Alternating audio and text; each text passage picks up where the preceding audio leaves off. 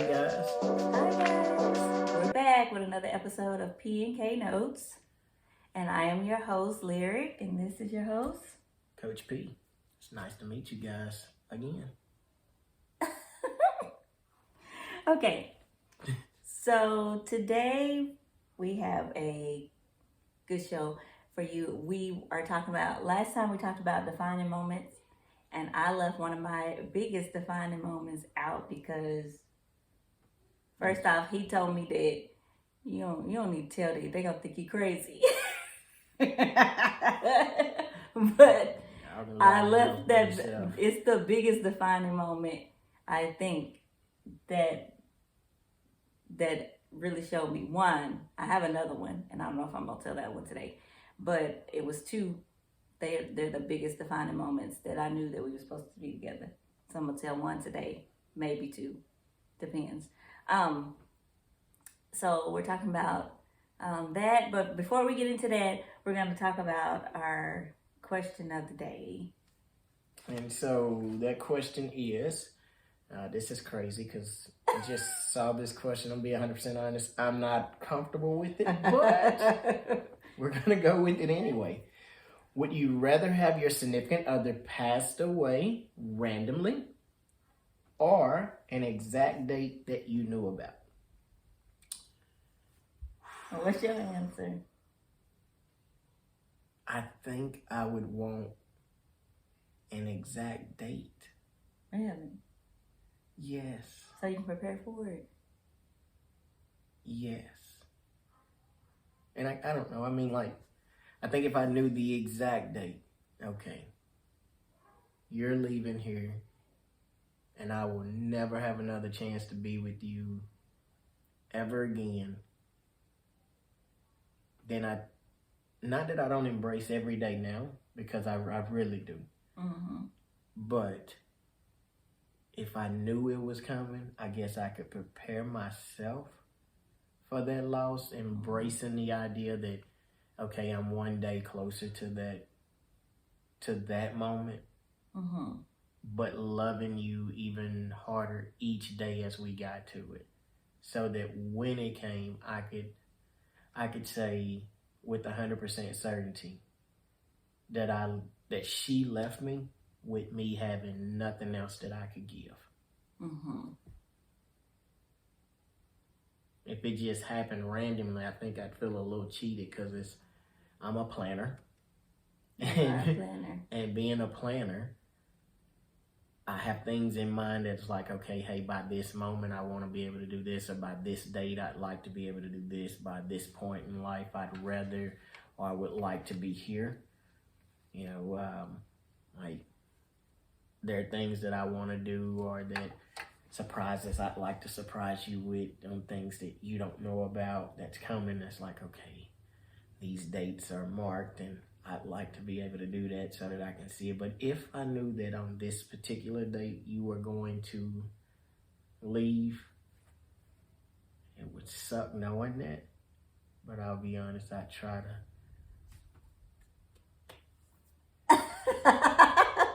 every day until the last moment. I think that's the way I try to make sure you went out, so that whenever the doctor came by, I was like, what happened? Oh gosh.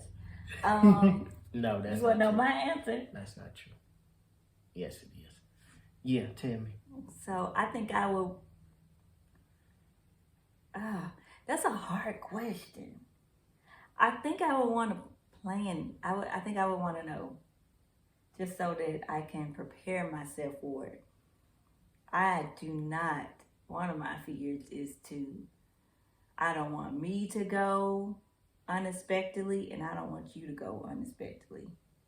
But it happens. It happens every day in life, and there's very few people, I guess you could say, that actually know, hey, this day is coming. There are some significant cases where people, or scenarios, and where, a sickness or an illness, or something happened tragically, and the doctors can tell you, hey, look, you have about this much time. Mm-hmm. So I don't know. I mean, losing someone is not a blessing, but I think in those cases, it's a blessing to know how much more time you have with them, and it's not random. That's true. Anyway, yeah, I think I would want to if I had to choose. But you know, God got he the one. He know what he doing. That's why he don't give you no choice on that. But yeah, because you don't know what you would do. You know what I'm saying? You really don't know if it would be better to know ahead or if it would be better to plan. Okay, so I mean, it's kind of weird because my grandmother, Ernestine, she told me when it was that time. Like, she literally told me, okay, hey, I'm gonna go visit your Aunt Marion in Texas. Then I'm gonna come home and visit your daddy, and then I'm gonna go home.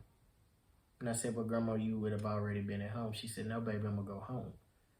Mm-hmm. I said, okay, if that's your choice, I'm fine with that. Have you told Dad? And she was like, no, and you bet not either. So, it's kind of messed up. Girl, but I mean, okay. I got some, later on I'll tell y'all some stories about her. That old lady right there. Funny human. I told my kids this at school that y'all gonna think I'm crazy, but I laugh at bad situations. It's how I cope. And so I think I got it from her. But at her funeral, she was in the casket smiling, and I laughed because I thought, this old lady told me what she was gonna do, and she did it. But she had the same smile on her face that she always has when she's like, yeah, I'm gonna do this. It's like, wow. So I don't know, I guess I think it just depends on the person. Like, okay, if they knew this was gonna happen, I think from person to person, there are different people out there. Some people would take advantage of it, some people would unravel. I don't know, I think it's based on personality. Yeah, that's what I'm saying. Like, that's why I say God knows, and that's probably why He don't give you a choice. Because I may think I would be able to handle knowing, but I might not be able to handle knowing. That's true. I don't know. Anyway, I need to be surprised. I don't want that. I don't want that.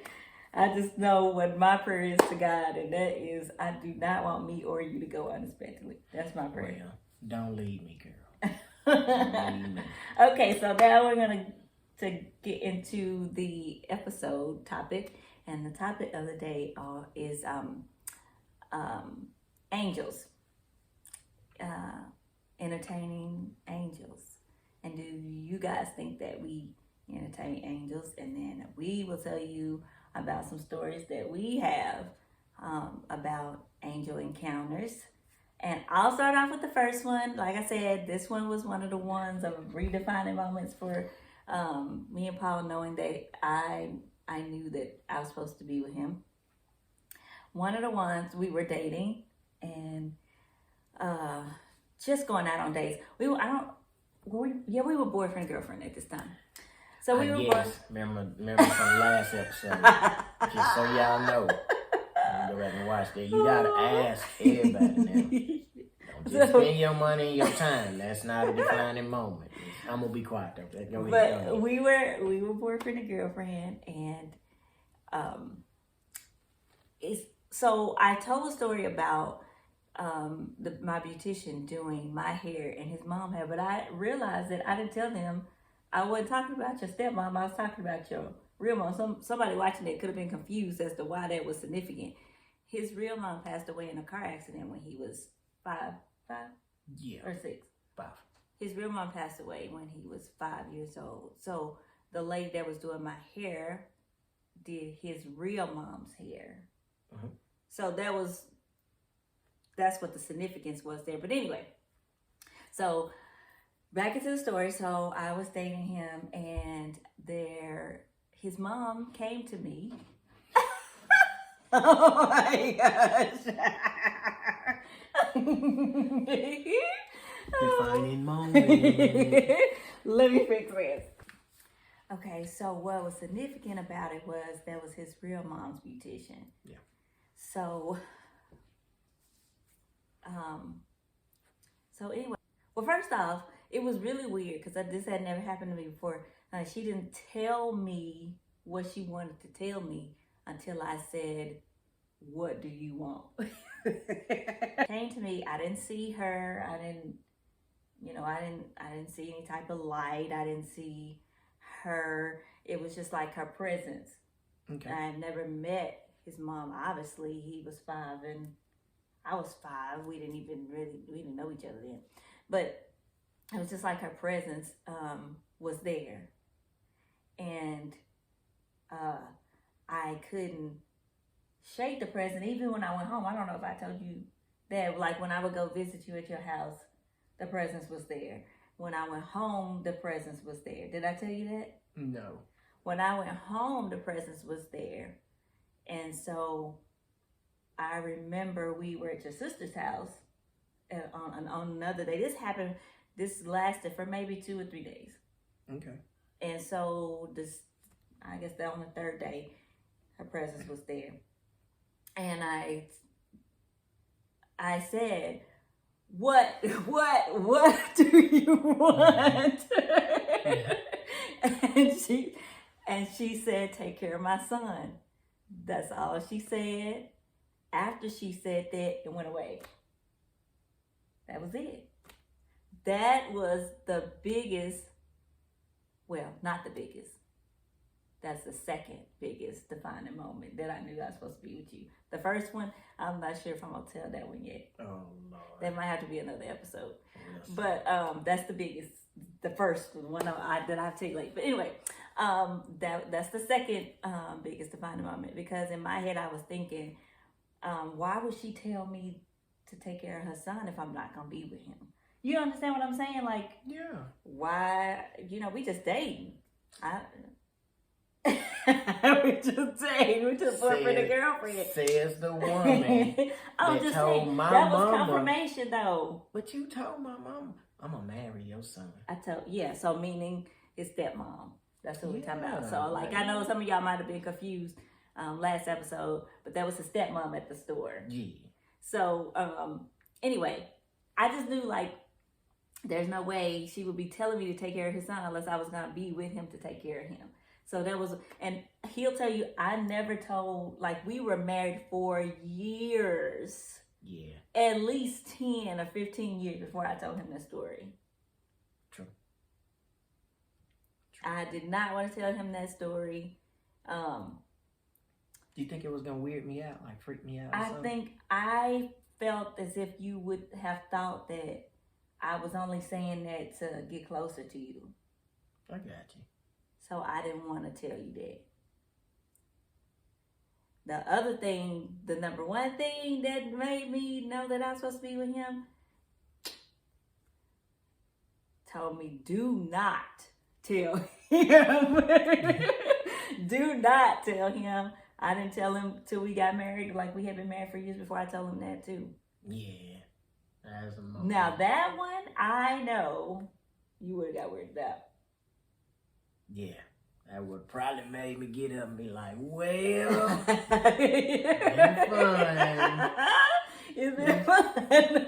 Been good talking with you. Spending this time and money. Okay, so that's one of my angel encounters. Do you have one? Got a couple, actually. We got it. Both of us have a couple, but so I'll give first one. Very, very young. I have my cousin Elizabeth. I'm staying at my grandmother's house, Ernestine, the one that I told you guys about earlier. And Ernestine is like this freaking amazing woman in my life. Like, that's my grandma. That's my heart. My grandma Ernestine, she's getting ready to go take a bath. And I'm in the living room. My cousin Elizabeth, who is like a sister to me, she's a baby, and she's in my grandmother's bed. And so she tells me, hey, look out for your cousin. She's in my room. She likes to play on the bed. like any baby would do or toddler would do. So I'm sitting there, I'm watching TV, and just, guys, I can't describe it. I turn, I look, and she's at the edge of the bed, and she's leaning back like a toddler, like, oh, somebody will catch me, but I'm maybe 12, 15 feet away from her. I'm looking into a different room. I'm sitting in the living room and I'm looking at her in a different room. And she's going over, and it's like the entire world slows down. I run, I catch her before she ever hits the floor, put her back in the bed. But as I'm putting her back in the bed, I turn, I look to my right, and now this is crazy because I do understand how somebody's gonna look at this and be like, you're an idiot. That didn't happen, but it's just my experience. It's nighttime, and the only thing that my little mind as a kid can think of is car lights when the beams are on high beam, so that you can see, I guess, when it's a darker area. But it's a light that I've never seen before. I remember turning, I remember seeing it, and it was as if I was looking through a different room. I was looking not through a different room, but through one room. I was looking through the wall to outside. And if the house design, like, you shouldn't, it's literally like a bedroom, wall, then another room and a wall and a wall. And it was as if I could see all the way outside. Never seen a light that bright in my life. I am 42 years of age at this moment. I've never seen anything that bright, ever. I don't remember feeling scared, but I do remember thinking, I've never seen this. And I'm trying to process it as a kid, but I wasn't scared. It was just different. So after putting her down, I run and jump back on the couch because it's like, okay, what did I just see? Not my cousin, she's okay now. This is a part of it that's kind of funny. It's like as soon as I lay her down, she instantly falls asleep. And I'm talking about, like, we went from playing,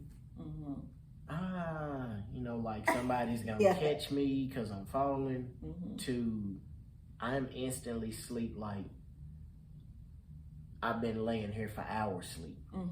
And she was not sleep before she was playing, because I told her multiple times, Elizabeth, lay down.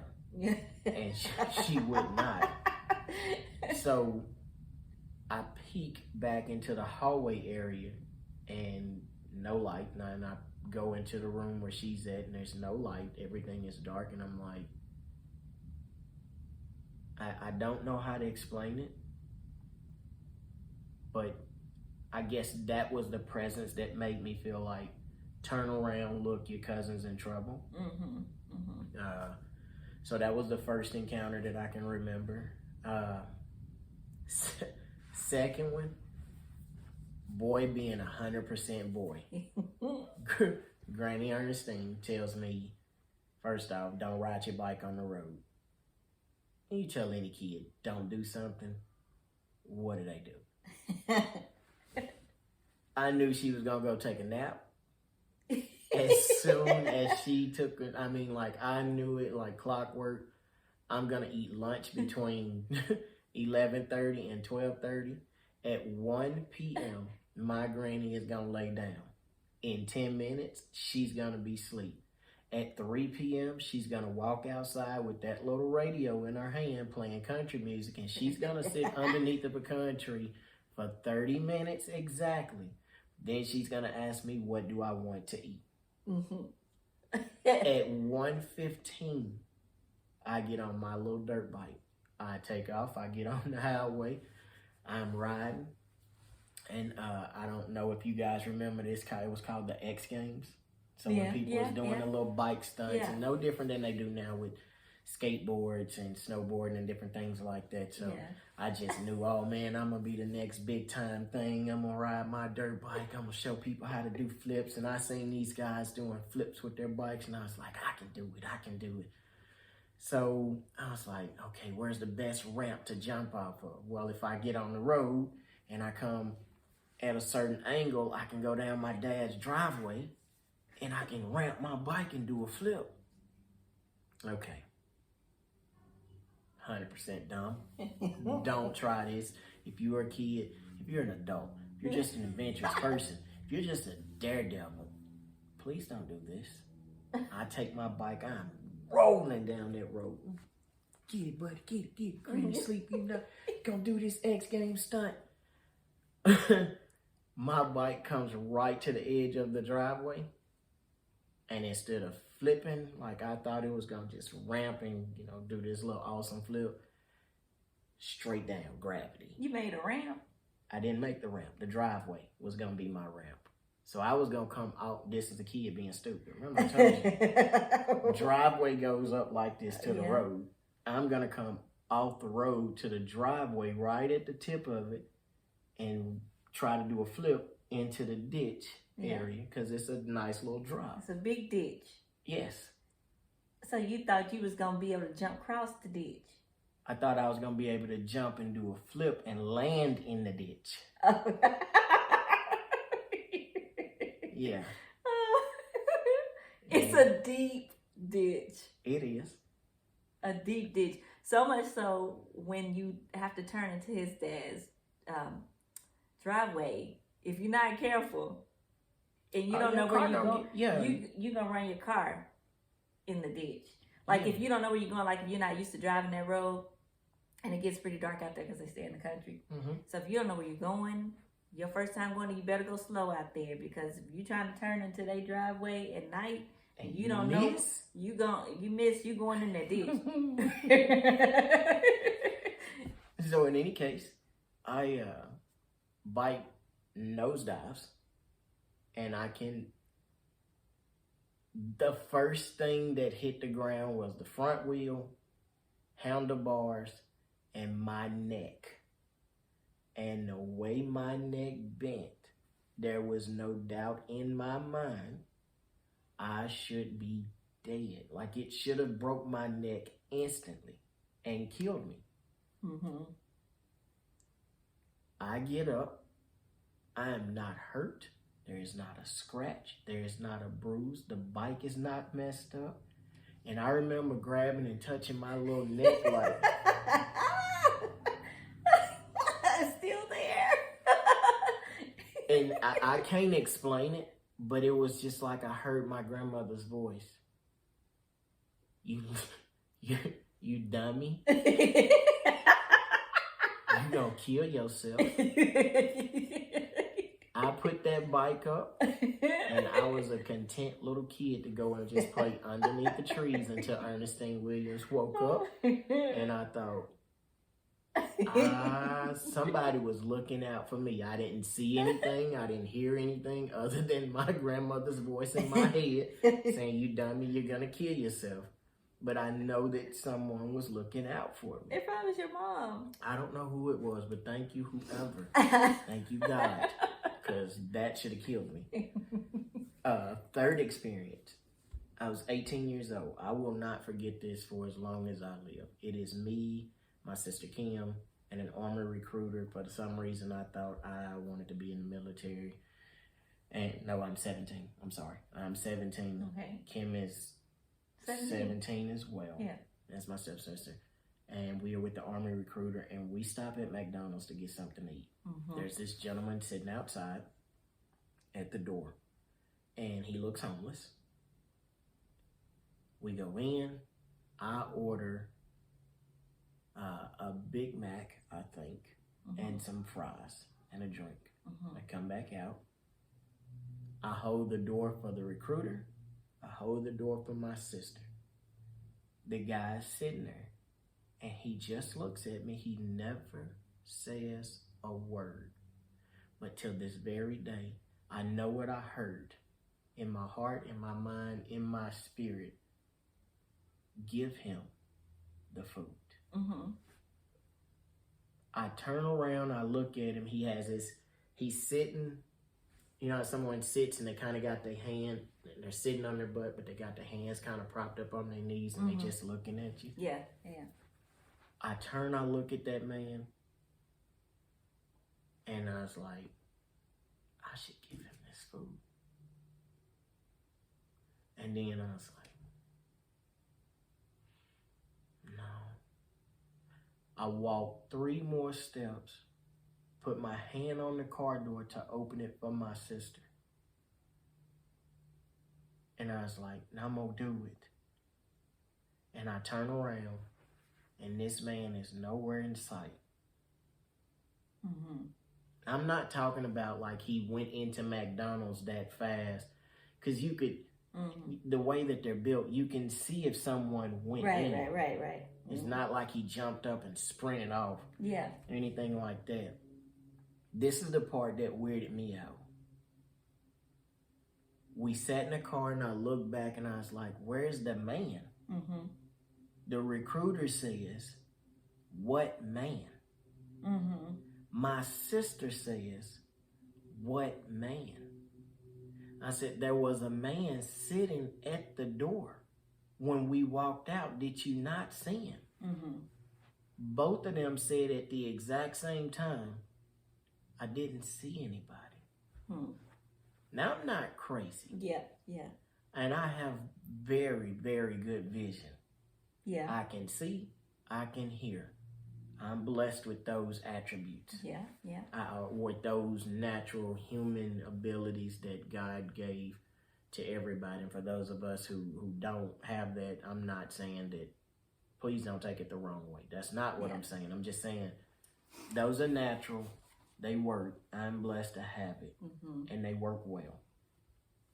But I know in my heart, it was just a test to see, will I listen? Yeah. Will I do when I feel that God is telling me to do something? Right. And I have never felt, at that moment, I never felt worse. It wasn't a guilt thing. It wasn't a bad thing. It was a hurt inside of me, like I didn't trust, I didn't listen, and I didn't help someone that was in need. So from that point forward, I made it a point of mine that if I ever see somebody and I feel like I hear that voice say, help them, I'm doing it right then. Yeah. So I went from McDonald's too. It's something about McDonald's. So I was in a drive-through.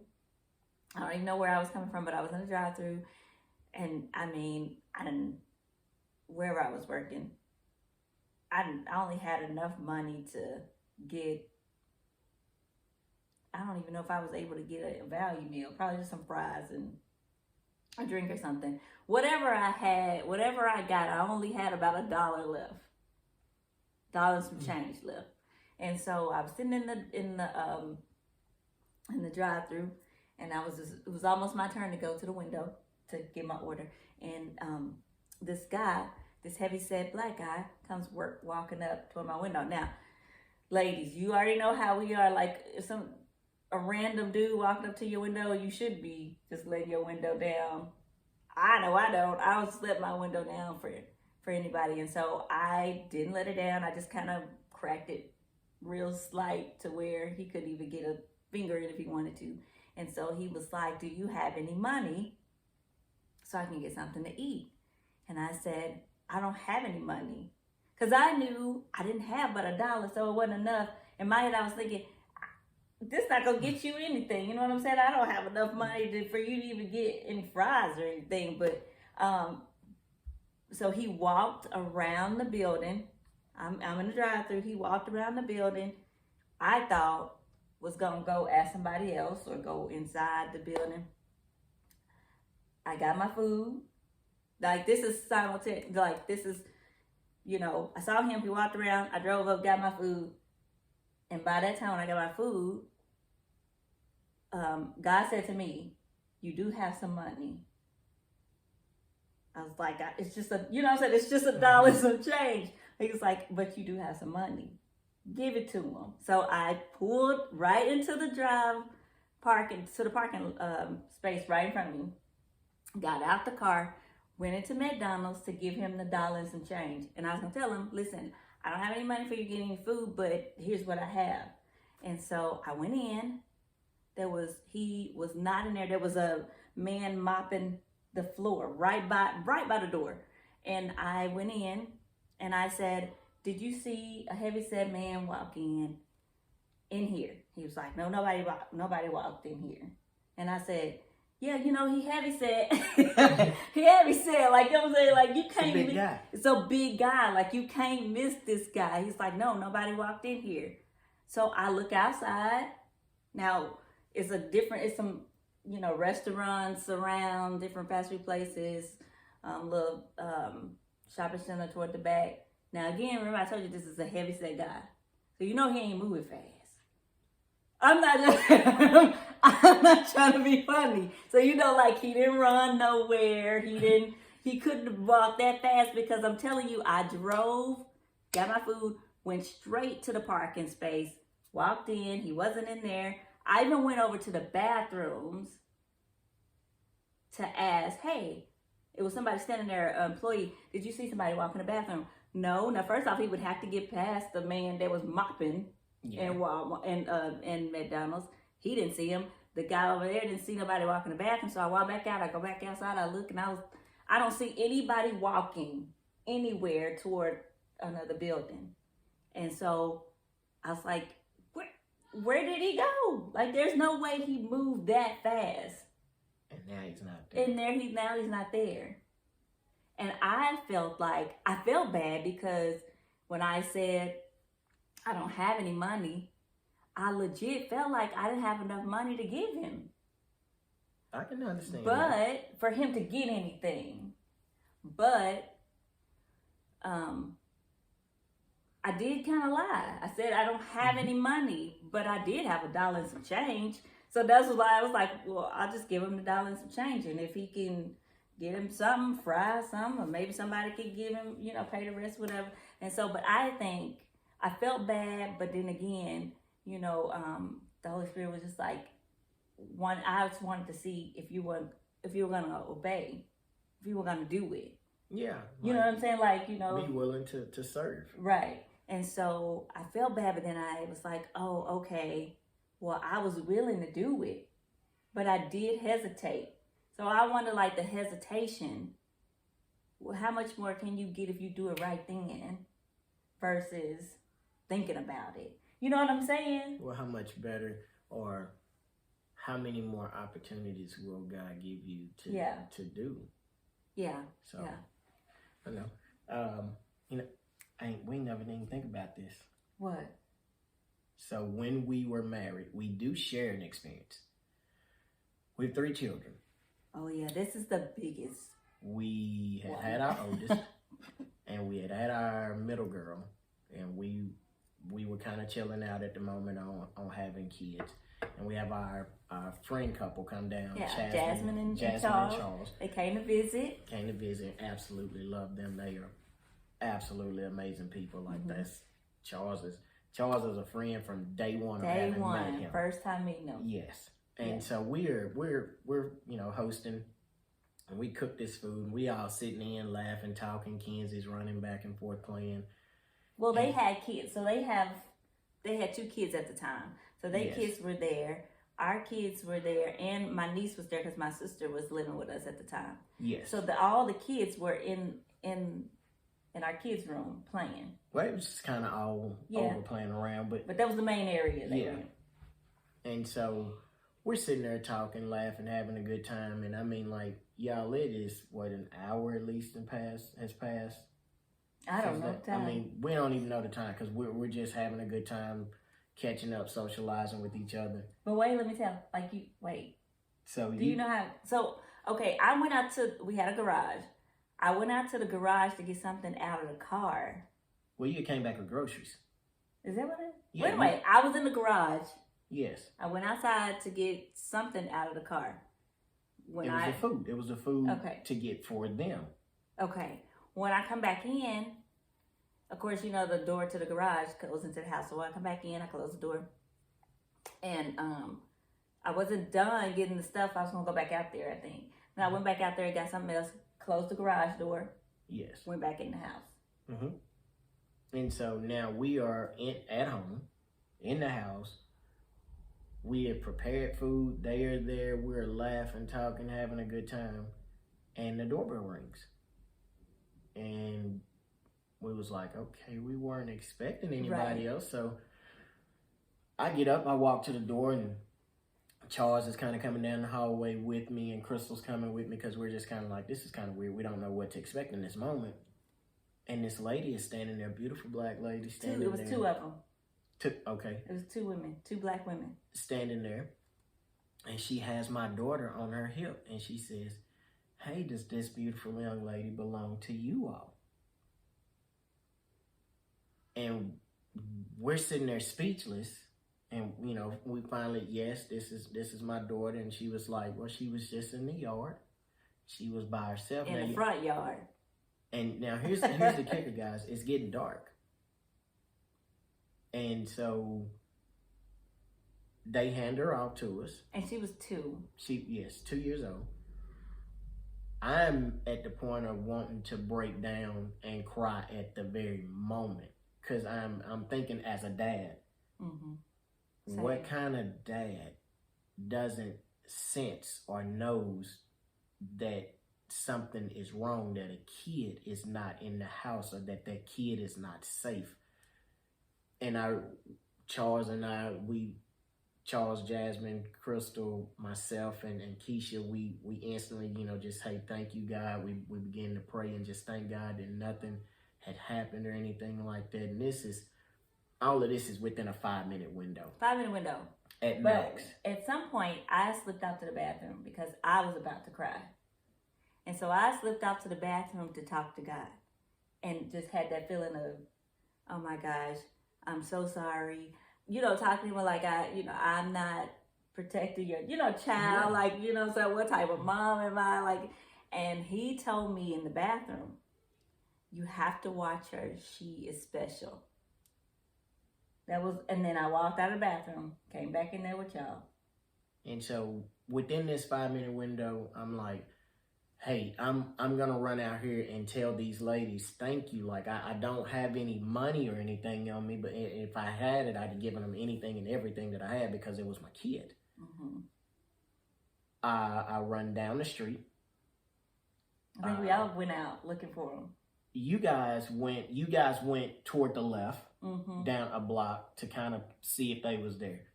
I went down multiple blocks walking to see if I could find these ladies. Nowhere to be found. Nowhere to be found. And here's the deal: those women do not live. They didn't live over there in our area. Yes, and that was the kicker. So we had never seen these ladies before, and we used to walk the neighborhood with our kids a lot. Man. And so we kind of knew everybody that kind of lived around there. We knew like where to go, like people, what direction people were walking in the neighborhood. So that's what we were trying to go. Never seen them before. And until this very day, never seen these women. So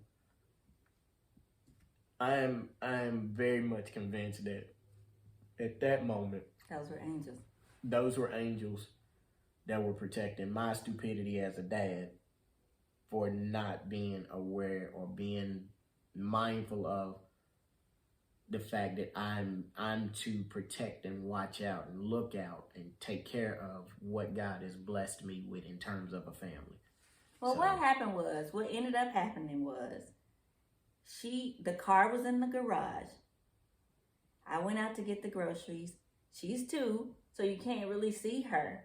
I go around the driver's side. She must have went around the passenger side. And went on outside, and I closed the garage door thinking that all the children are in the house playing. We go back in, and we missing the kid. That's what happened. But again, that's like one of the biggest things since we have been married. Since we've been married, that's the biggest thing. And then after then, We put We put bells bells on on all every the doors. Put bells on her shoes. Yes. Might as well call her Tinkerbell, because if you were, I was listening. And I'm sleep. Ding, ding. I hear you. I hear you. I'm coming. We did. We put bells on all the doors, on her shoes. You know, like I said, God told me you have to watch her. She's special. So in my head, I was thinking, okay, what's that mean? Is that somebody gonna try to take her? Like, you know, so like I'm always on edge, like at the store, like making sure that I got her close to me, which I do all my children like that, but like extra attention always went to her because he told me you have to watch her. She's special. But you know, she's 14 now. And I still watch her, but I don't necessarily think he meant you have to watch her. She might, you know what I mean, take it or something like that. I think it would. I think it's just not. yeah. I'm gonna be just like that man on that movie. I have a certain set of skills. Well, I think it's just that she, over the years, we have seen the type of person. She is very talented. Yes. She can sing. She can dance. She can write. She can write. She can. Amazing. She can. Anything she puts her mind to, and I know it sounds so cliche, but this kid is just different in terms of there's a level of focus that once she puts her mind on something, game over, it's done. Consider it done. Mm-hmm. And all of our kids have a special talent that they have. My oldest she's like a kid whisperer. I mean, and I think that talent comes from her mother. But it's something it doesn't matter who the baby is, they instantly gravitate toward her. She is a kid whisperer. My son he's a good, kind-hearted young man. Boy. He's little. I think he's gonna end up getting big. God, I hope he gets taller. At least taller than me and bigger. But he's really good at like gaming and figuring out tech. Like that's his thing, and it comes natural. It comes easy to him. So they're all gifted at something, and we are blessed to have them. They all gifted. Kennedy, more so like you say, Kenzie got like the kid thing from it. I love kids too, so that's like one of my passions. But my number one passion is singing. If anybody knows me watching, singing, music, things like that. But it's like Kennedy's level of it. No, it surpasses yours. It surpasses mine. Like it's, you know how you see those shows on TV where they talk about all these stars and stuff that made it. Yes, but and then they talk about always go back and their parents had something to do with music. Like I feel like that's her story. Like, and I was like talking to God one time. And I was like, oh God, I don't really like that you. I don't really like that you made me the story of the beforehand. That's so messed up. That's messed up. For you to think that way, I know what you're saying. But legit, I wanted a piece of that pie. But okay, so I'm trying to remember where I heard this. I may have heard this or read this somewhere, but it talks about parents not feeling bad or not thinking that the way you are raising and what you're doing is a bad thing, because the very thing that you are doing is the foundation for your children to take that next step. Right. So when I look at like my best friend, dearest friend to my heart is I got a small circle of friends, and that includes my three brothers, a man named Tarin, and then my dude for the rest of my life, Michael Griswold, and then of course Charles, like I just said, but that inner circle, Michael Griswold is just like a brother to me. Mm-hmm. And so one of the things he was talking about was that, when we look back at our stories, when we look back at our life and where we grew up at Southeast Arkansas, at the time we didn't realize, and we grew up for all intents and purposes in an impoverished area. Yeah. I mean, the area is not, if you're not a big time farmer, this is what it is. You don't have a lot. Mm-hmm. But there's so many people from that area, including ourselves, who, because we saw our parents work as hard as they did to provide and give us a good life. I mean, I can't say that I didn't have a good life. My parents were there. They did the best that they could do for us. And I love my mom and dad for that. Mm-hmm. But it's their sacrifices that have allowed us to move on to do better. And I think it's each generation, you do something, you make sacrifices, you allow others to be able to stand on your shoulders so that they can do even better. Right. Yeah, I get that. Yeah. Maybe you're pushing your desire music. You know, you'll be on. She'll be somebody's story. Maybe a VHN story or VH1. What they call it? Behind the music. Behind the music, behind the scenes, or something like that. Kim will be like, yeah, my mom, she wanted to do this. She used to be in a group. She used to be in a group called Blaze. I did. She didn't. Yeah, I'm okay with it now. Like, it really, it took a while. It took a minute. Well, Took a minute. She has skills that I didn't have, like the writing. I think I could write. I'm just too much in my head. But the writing, the dancing, I can dance, but I have to be taught to dance. But it comes to her naturally. When you gonna dance for me? Somebody gotta teach me the routine, then I can do it for you. Which I already did that. I got some places we I can did. go. You better teach you. I already did that. As a matter of fact, I did a dance. She did do a Bring dance him. for me. I'm not gonna lie to you. And it was pretty awesome. Like, I ain't gonna ever show y'all. Cause that was for my eyes only. Wow. So I got a couple questions here. Like, just some final thoughts. I think we already probably touched on this when we talked about how do you view your experience. We already kind of talked about how we viewed our experience with it. I think each one of them is just, experience one. You talking about your mom? Or yours? Well, mine, experience one with my cousin Elizabeth. I think it taught me to listen. Mm-hmm. Two, I should listen. Yeah. And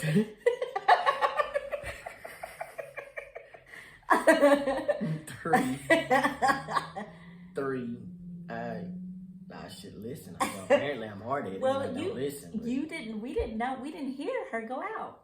So that... Well, that would have been my fourth one. But okay. So I remember that my prayer in that moment was, I specifically asked God, no matter what, from now on, allow me as their dad, as their father, to be sensitive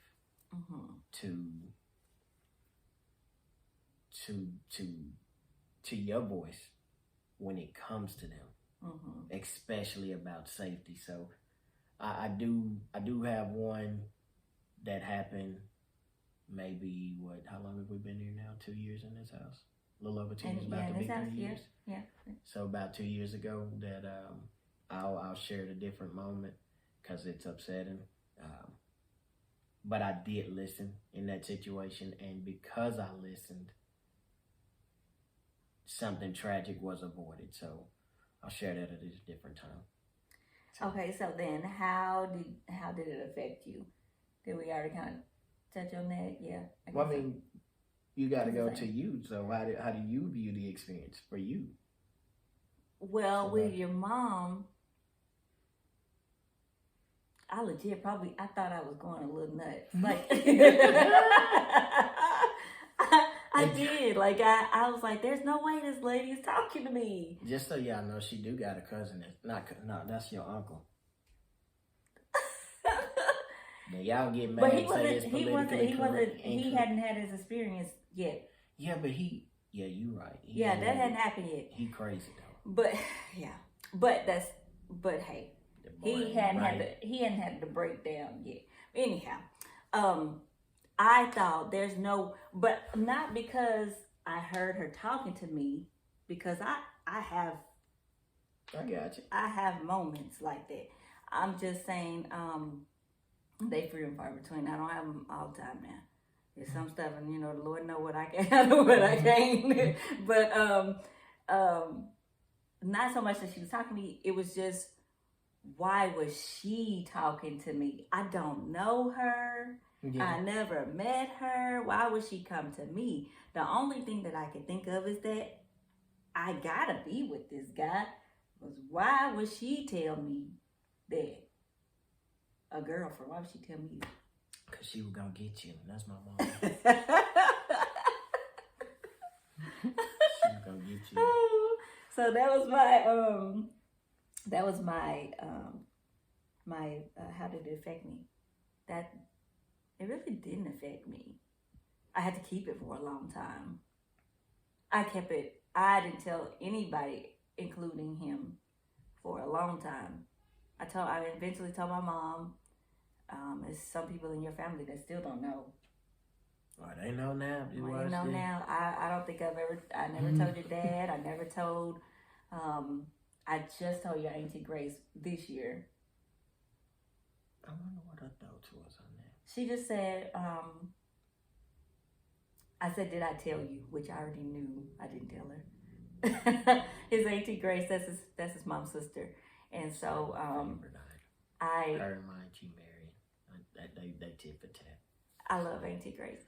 Not two mamas. Two Well, extra mamas. I had gotten a nice gift for him for Father's Day that was very significant, that had something to do with his mom. And I got it from Miss St. Grace. And once I got it from her, somehow we got on the subject about your mom coming. I told her about what happened. And she just said, no, you didn't tell me that. That's all she said. She didn't seem surprised. Because in my head, I was kind of wanting some little validation. Is she like that? Is she like pushy like that? Is she? Because I've always heard that she was really sweet and, but I mean, I guess you would be pushy if it's your kid. Yeah, that's me we talking about. I said I take care of my son. No, that's right. You don't do it. Well, the other one's the same thing. It's probably about listening. Did it affect your children? Do you think any of those affected our children? I think definitely the Kennedy one affects our children because we don't play about our children.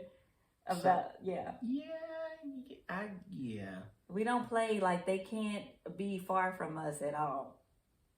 I think they may not really suffer. They probably think they suffering from the fact that we so protective over them. I don't know. I think so. What I have found is that in every place that we have ever lived, kids always come and play with our kids. But I also noticed that the parents of those kids, they always come and they say, we notice that as the dad, because she don't like to be outside. Okay, first off, I don't do, She don't like to be outside. Allergies. So I love outside. So I am constantly, if our kids, you want to go outside and play, that's cool, go. I'm coming out here. And I don't stand there and just watch, but I'll find something to do and I stay within earshot of, okay, let me just kind of, check on you, make sure everything is good. Like no creepy white vans pulling up or somebody doing something sideways or anything like that. But in any case, what I noticed was that the parents of the other kids would tell me, hey, listen, we noticed that you come out and you'll watch the kids. Mm-hmm. And kids that's out there, because I kind of feel like, okay, if the kid is out there, then it's my job to kind of look out for everyone's kid that is out here and be kind of that protector of them. You get the person that's driving too fast down the street and or you having to say, hey man, slow it down. There's kids out here, be cool. Mm-hmm. Or, just whatever. And so what ends up happening is honestly, it kind of falls into a rotation. Like I'll be outside watching the kids for a day or two and then somebody else will come out and they'll watch the kids for a day or two. And our spot always turns into the neighborhood play spot, which I'm fine with. I love it. I know who kids are coming over playing and they're welcome to come here at any point. You guys have at it. And that's what I want. So I think in one way, it could be a negative thing because I could be viewed as a helicopter parent. I mean, our kids, and that's just part of the environment and where we live in now too, though. But our girls, I want my girls to get older, and I want to let them, let's go to the mall, and they be able to go to a store if they want to, whatever. But it freaks me out. Like, you know what I'm saying? Like Yeah. I don't mean, want them just. people- People are crazy. Like, it's just, and especially the experience we had with Kennedy. Like, it's like, no, I need to know where you're at. Like, they can't go 2 feet when we in the store, which is, yeah. Whenever we in the store together, if I don't see them, I'm like, I don't see y'all. Where are you? Like, they know they have to stay in my sight, my side view, front view. I don't care. If I don't see you, I need to see you. Like, it's not an option. So I guess in that sense, it would affect them if they feel that they can't get out of view from us. I guess. But Yeah. Well, they just gotta live. With oh that. well. You get old enough to get out there on your own. That's right. Oh As well. long as you in this house, and whenever you come back and visit, I'm gonna be the same way. What about? Do you think it affected our marriage in any way? I don't think so. I don't know. What about the mommy thing? Do you think that affected? When I told you that, what did you think I was making that up? What did you think? I didn't think you was making it. First off, I know you, and you're not a liar. I don't deal. If you ever know me, that's the one thing I don't just don't lie to me about nothing, please. It's just not cool. So I know that you're not that type of person. So when you told me, it was more or less like, that's, I guess, a cool experience, because I can't say that I've had those experiences like that. So no, I thought, okay, hey, I'm happy to know that she came to you and was like, hey. Yeah, as I think in my head, if I was in your shoes and you told me that, I would be thinking, man, my mama loved me enough to come back and tell my significant other to make sure that they, But you I'm know what I'm not- saying? Like, that's yeah, but special. I'm not mushy like. Well, okay, that could come out wrong. I'm not overly sensitive. Like Yeah, I get that, but I think that's a very special thing for her to. Oh, I agree 100%. Like that's awesome. But no, I didn't think you was crazy or nothing. Just okay. You better do what she told you. I'm gonna use that to my advantage. You better take care of me. I'll tell my mom. Okay, so last question is: do you think it was extreme or effective? And so I don't know if that would even. Well, maybe I guess we could look at this one like at Kennedy's thing. It would have been extreme. That Was it extreme to put bells on the door? You think? I don't think so. Okay, I don't think so. Okay, so just looking at the situation from our perspective, no, it doesn't seem that way. But for someone looking at this and thinking, you guys, I mean, at the end of the day, you just lost your kid. That's what it comes down to. And I mean, like, I guess that makes us a bad parent. I don't know. But I mean, we laughing about it because we can laugh about it now. But for that parent that has lost a kid, like, for a brief moment, and for, I mean, a brief moment, we can honestly relate to that. Yeah. Like, so I think for us, that was an extreme of what we did to make sure that those situations don't happen again. Effective. I mean, she here. here. She kicking it. She here. She here. She kicking it a bit. So I guess Moving that's and a good shaking. thing. The other experiences, I would say effective. I've not tried to jump my bike off another. I forgot about that one. Well, you know something though? You think you tried to jump off a roof? I was just about to say that. So- Was that before or after? That was after. Oh my God. That was after. He just was getting in and stuff. He came from the country. But He it had to was, make up fun stuff to do. so we had fun. Now it was at the expense of hurting yourself, but I mean, hey, I had fun. But okay, so the roof thing. Y'all can laugh at me, I don't care. But it was fun to try. First I took a trash bag, and I thought like every kid thinks, or at least, every kid don't think this way. Let me stop saying that. I personally thought I know a couple of kids that thought that. this would be a great parachute. And so I took the ladder and climbed up onto this building that was out there on my parents' property. And I jumped off, and for like a hot second,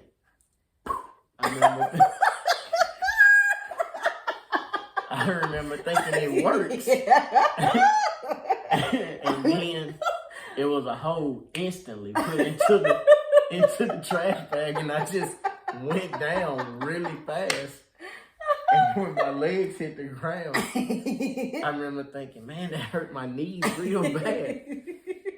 We gonna have to double the trash bags. You went back? Yeah.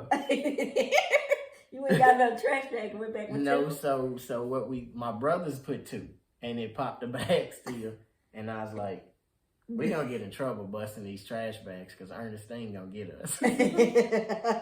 So she gonna call us some dummies. And we gonna get in trouble. But I found the tarpaulin, which is, a tarp that you lay down. So my folks in the country call it tarpaulins or whatever, but just a tarp that you lay on the ground.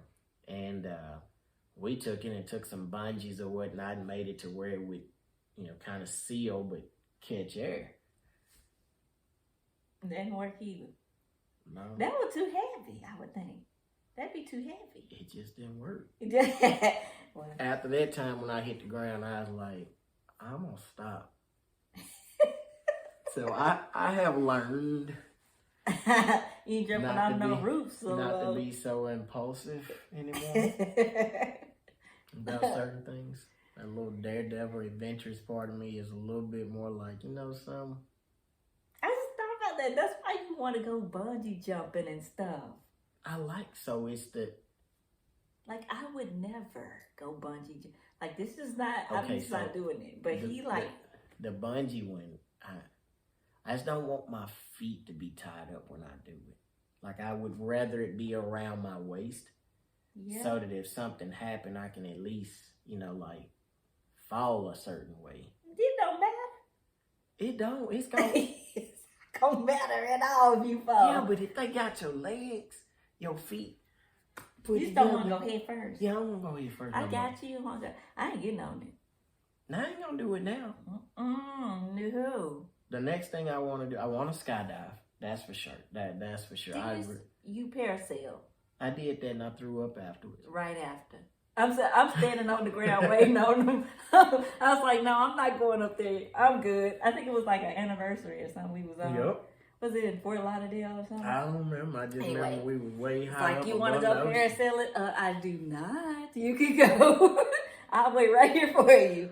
I waited. He looked like he was having the time of his life. He came down.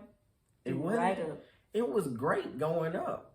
But once you get up there and it's kind of rocking you back and forth and you swaying and rocking at the same time, I was like, my break is coming back. And then he got me down. I was like, bro, hold on, time out, man.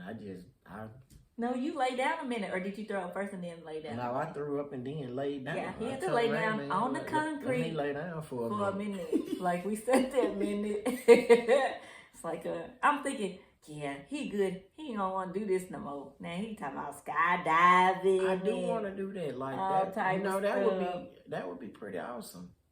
Yeah, you do that by yourself. I ain't going. Well, just wait on the ground for me. I will. And if it go bad, you'll be sad. You'll be sad. I'll tell you that, but I won't be here with you. Oh Lord. I guess that'll be. You know something though? You would know. At least you would know. No, I wouldn't know. That would be tragic. It would be tragic, but you would have known at least that day, okay, this could be the day. Oh, I think about that when I go on roller coasters. I am not joking. Last time I went on a roller coaster, Passed out. I was on that roller coaster praying to God. I don't think I have prayed so much in my life to God, like right then. Like this, Lord, please, Lord, please don't, please let me get off this roller coaster to my babies, Lord. Please don't let my baby He see me answered fall her down prayer. off this. He answered her prayer. I was like, please don't let my children see me fall from this roller coaster. Please, Lord, I don't want to die on this roller coaster. So It was he funny, said I though. passed out. She did. Right to the top. And it just stopped up there, like it just stopped for, I felt like 5 minutes. No. And we were hanging there. And Yeah. that's when I was like, Lord, All of please. 2 seconds. Please, Lord, What you- please. If you was praying passed out because you was asleep. No, I prayed before, I guess. I don't know. I just It know. took forever. I probably passed out when, I don't know, when he said I passed out. I don't remember passing out. I just remember praying. You ever want to laugh about people on a roller coaster? YouTube some stuff like that. Watch him pass out. I Her. just heard him laughing. Her. To Oh the my top. gosh.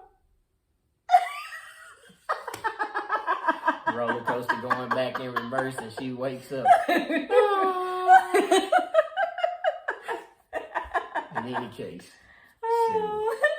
Well, guys, thank y'all for hanging out with us today. This is your host, Lyric, with P&K Notes. And this is Coach P. And we will be back with you guys on a different episode. This was episode 2. And we need you guys to follow, like, subscribe, push that little notification. share. And we'll see you guys on the next episode. Bye. See y'all later. 3, 2,